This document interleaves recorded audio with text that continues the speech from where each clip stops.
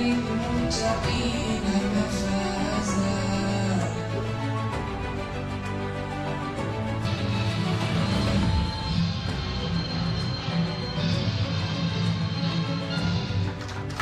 يركز على تأهيل العنصر البشري في إطار تخليد الذكرى 21 لانطلاق الورش الملكي الرائد المتعلق بالمبادرة الوطنية للتنمية البشرية، خلدنا اليوم هذه المناسبة بمجموعة من الأنشطة يرتبط بالتجربة الرائدة التي تقوم بها جمعية الابتكار التربوي والتأهيل المهني بإقليم العيون من خلال مجموعة من الأورش المرتبطة بالمعلوميات، كذلك بالتقنيات والبرمجيات والروبوتيك. هناك كذلك نشاط آخر رياضي يرتبط باختتام مجموعة من البطولات والدوريات المرتبطة بتلاميذ مجموعة من المؤسسات التعليمية الابتدائية الثانوية الإعدادية ثم الثانوية التأهيلية. كل هذه البطولات وكل هذه الأنشطة قلت تتماشى مع الورش الملكي الرائد المرتبط بالمبادرة الوطنية للتنمية البشرية من جانبنا الخاص بقطاع التعليم.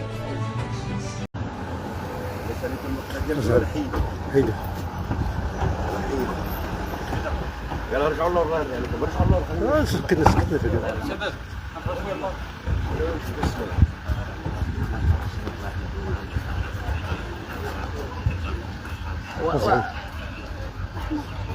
سيدي الأحمر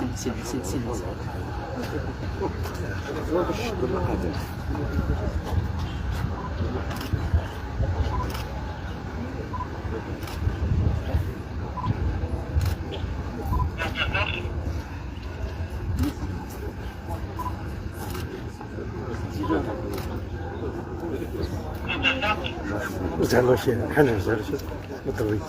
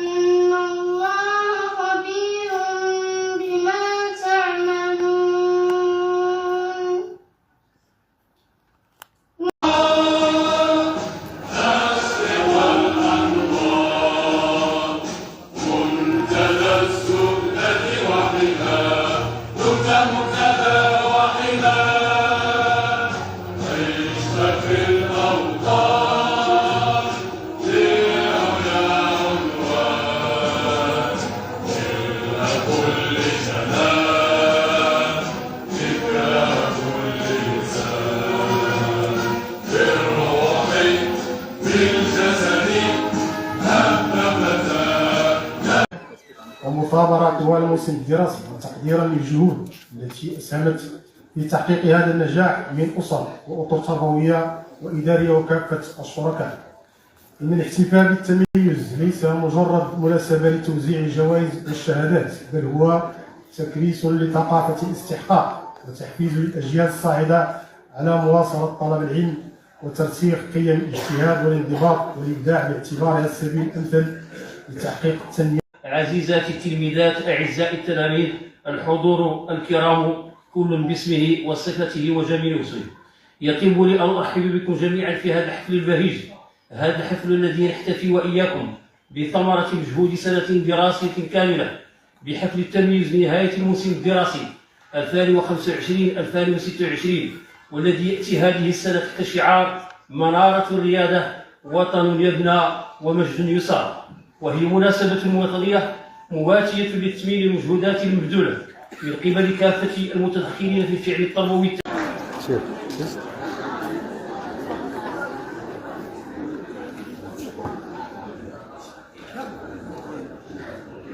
سير بدوش رجع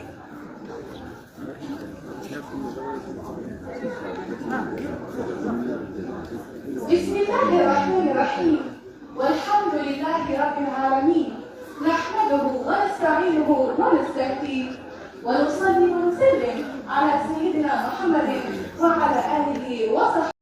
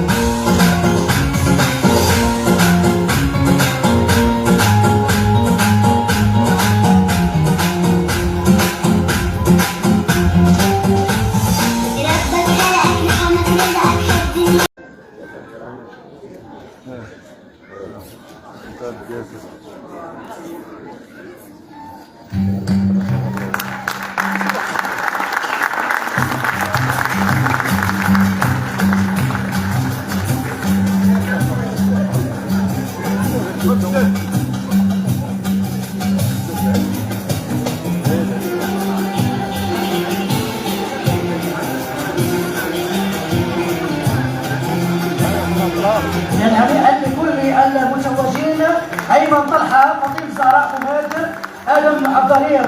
بطبيعه الحال دائما انجاز لافت يعكس قوه الاراده والتحدي لتحقق نجاحا باهرا في امتحانات البكالوريا. هنيئا لمدير الاقليميه لوزاره التربيه الوطنيه والتعليم الاولي، وهنيئا لمؤسسات التعليميه ثانويه الشهيد محمد السرطوني، ثانويه محمد الخامس التاهيليه، وثانويه القدس التاهيليه.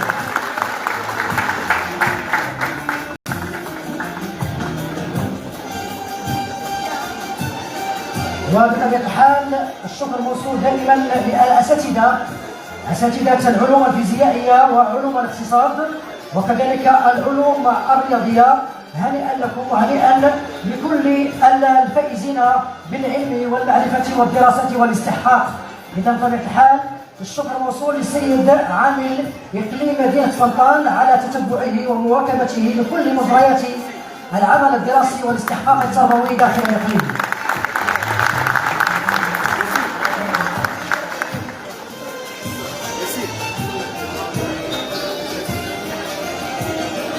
هنيئا لكم وهنيئا لكل المؤسسات ولكل الثانويات في السن الثانوي التأهيلية الثانية بكالوريا. أيمن طلحة، حمزة الزهراء، مماد، وآدم الضرير. بطبيعة الحال الشكر موصول للسيد دائما عامل صاحب الجلالة على إقليم مدينة طنطا وكل الشركاء والمتدخلين والمساهمين والشركاء والمتابعين.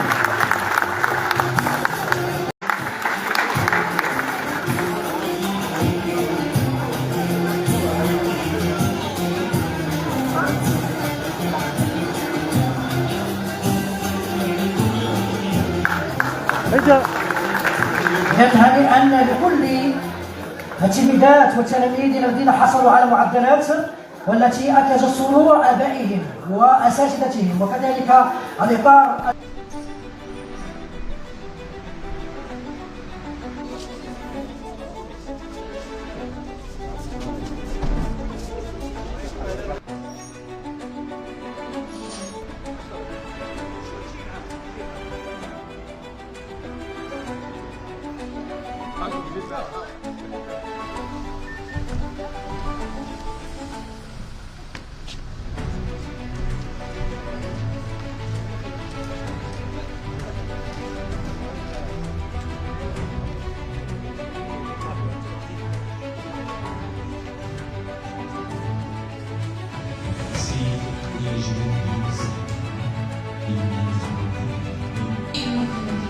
للمتقين مفازا.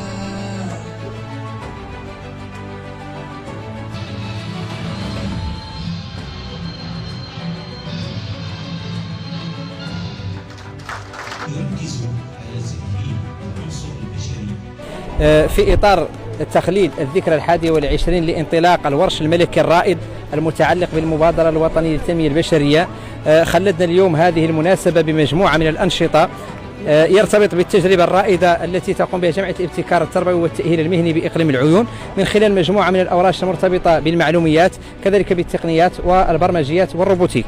هناك كذلك نشاط آخر رياضي يرتبط باختتام مجموعة من البطولات والدوريات المرتبطة بتلاميذ مجموعة من المؤسسات التعليمية الابتدائية.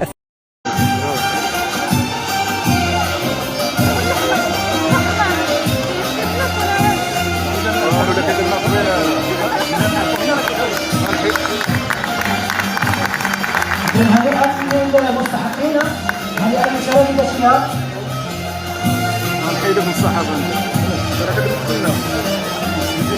والشكر والاحترام.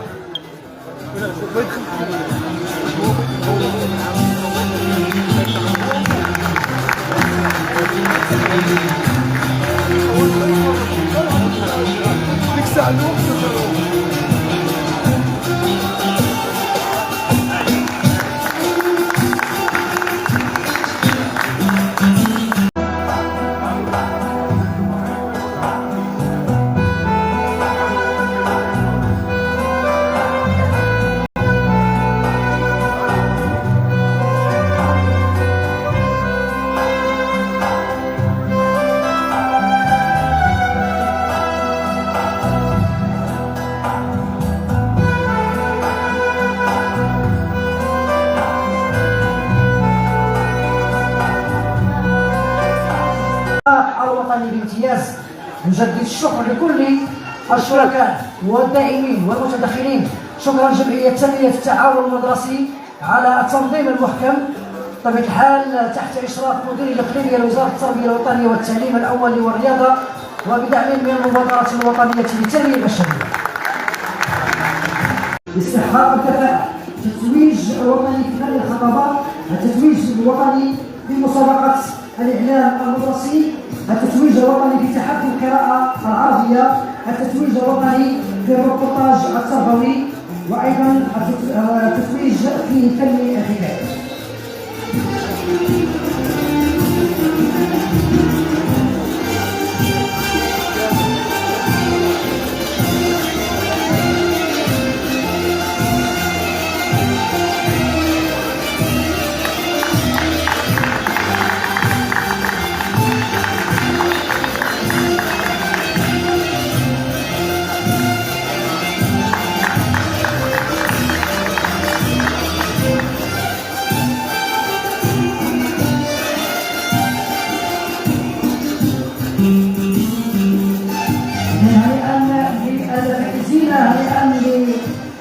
الذين شاركوا يعني ومثلوا مدينة طنطا على مستوى جهة الرباط سلا وكذلك جهة الدار البيضاء السطات ومجموعة من المحطات التي يعني يهمنا التقدير والاحترام بما قدموه من خدمات يعني استحقاقية رياضية تربوية اجتماعية ثقافية وفنية إبداعية. شكرا السيدة المديرة الجهوية للأكاديمية الجهوية للتربية والتكوين.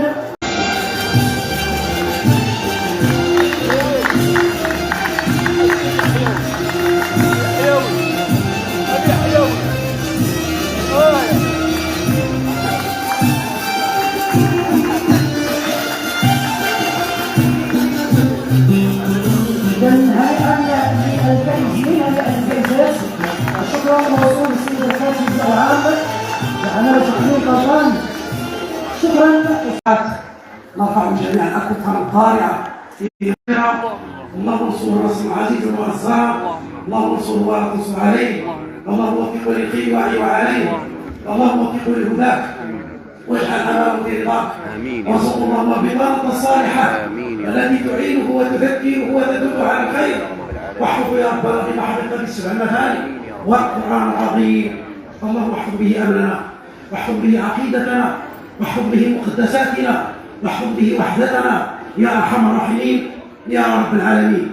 اللهم البس رداء العافيه، اللهم متعه بالصحه والعافيه، اقم عينه بولي عهده المحبوب الامير الجليل مولاي الحسن وصينه الامين مولاي رشيد وسائر افراد اسرته الشريفه، انك سميع قريب مجيب الدعاء. وامطر اللهم اشعر برحماتك وغفرانك ورضوانك على الملكين الجليلين المجاهدين.